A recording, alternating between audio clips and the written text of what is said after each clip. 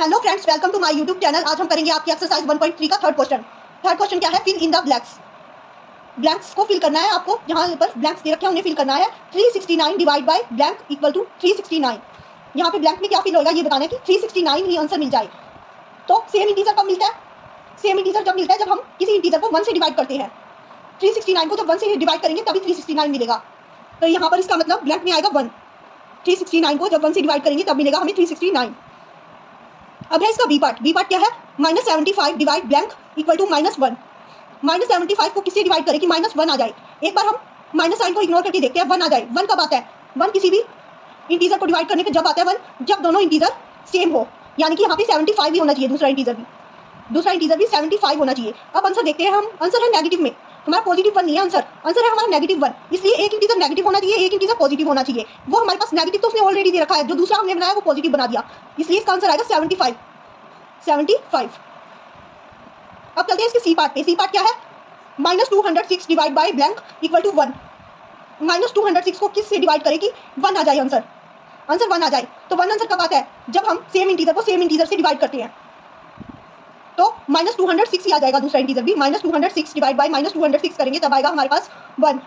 Okay, अब इसके D part पे चलते हैं। डी पार्ट क्या है? -87 divide by blank equal to 87।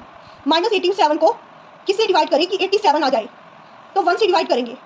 1 से डिवाइड, इतना तो समझ में आया आपको? 87 को 1 से डिवाइड किया तभी 87 आया है ना। कोई भी इंटीजर, सेम इंटीजर कब आता है? जब हम किसी इंटीजर को 1 से डिवाइड करते हैं तब आता है सेम इंटीजर, वही सेम इंटीजर रिजल्ट में। तो 1 से तो डिवाइड कर दिया, लेकिन -87 ये क्या है? -87। अगर हम -87 डिवाइड बाय 1 कर देंगे तो यहाँ पर तो आंसर आना चाहिए था -87। लेकिन इसका आंसर क्या है? पॉजिटिव में है। पॉजिटिव में है तो हमें दोनों इंटीजर को नेगेटिव बनाना पड़ेगा। -87 तो हमें ऑलरेडी नेगेटिव दे रखा है, तो हमें 1 भी माइनस का बनाना पड़ेगा, -1। इसका मतलब इस ब्लैंक में क्या आएगा? -1। जब हम -87 को -1 से डिवाइड करेंगे तब हमारा आंसर आएगा 87। ओके, अब देखते हैं इसका ई पार्ट। ई पार्ट क्या है? Blank divide by 1 equal to -87। -87 result कब आएगा? 1 को हम किससे डिवाइड करें कि -87 आ जाए हमारे पास? 1 को किससे डिवाइड करें कि -87 आ जाए? खुद -87 से।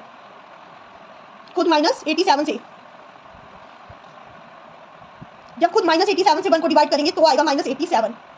तो ये भी हो गया। अब देखते हैं एफ पार्ट। एफ पार्ट क्या है? Blank divide by 48 equal to -1। तो 1 है आंसर में। 1 है तो आंसर में सेम इंटीजर ही आएगा, 48 का 48 ही आएगा। लेकिन हमारे पास आंसर में 1 के साथ क्या है?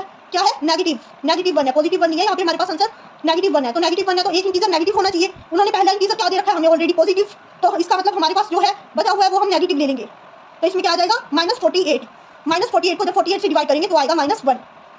अब करते हैं आगे जी पार्ट। जी पार्ट क्या है? 20 divide by blank equal to -2। 20 को किससे डिवाइड करें कि -2 आ जाए? 20 को डिवाइड करेंगे 10 से, क्योंकि 10 टू द 20 होता है ना। आंसर -2 आ जाए। -2 इंटू 10 करेंगे जब आएगा 20। 2 इंटू 10 करेंगे जब आएगा 20। 2 इंटू 10 तो होएगा 20। तो 10 क्या आएगा? माइनस का आएगा या प्लस का आएगा? 10 माइनस का आएगा, क्योंकि आंसर में हमारे पास क्या है? -2। और -2 है तो इट मीन्स एक इंटीजर जो है हमारा वो नेगेटिव होगा। रिजल्ट हमारा माइनस में है तो इसका मतलब ये है कि एक इंटीजर जो हम जिनको डिवाइड कर रहे हैं उनमें से एक इंटीजर क्या होगा? नेगेटिव होगा। और पॉजिटिव हमें ऑलरेडी दे रखा है, इसका मतलब जो ब्लैंक छोड़ रखा है वो नेगेटिव होगा। यानी कि यहाँ पे आएगा 20 डिवाइड बाय -10 इक्वल टू -2। यानी कि जब हम 20 को डिवाइड करेंगे -10 से जब आंसर आएगा -2। ओके, तो अब करते हैं H and last part. Last part हमारा क्या है? Blank divide by 4 equal to -3।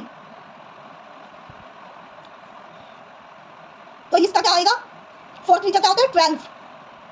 4 को किससे डिवाइड करें कि आंसर -3 आ जाए? तो 12 से।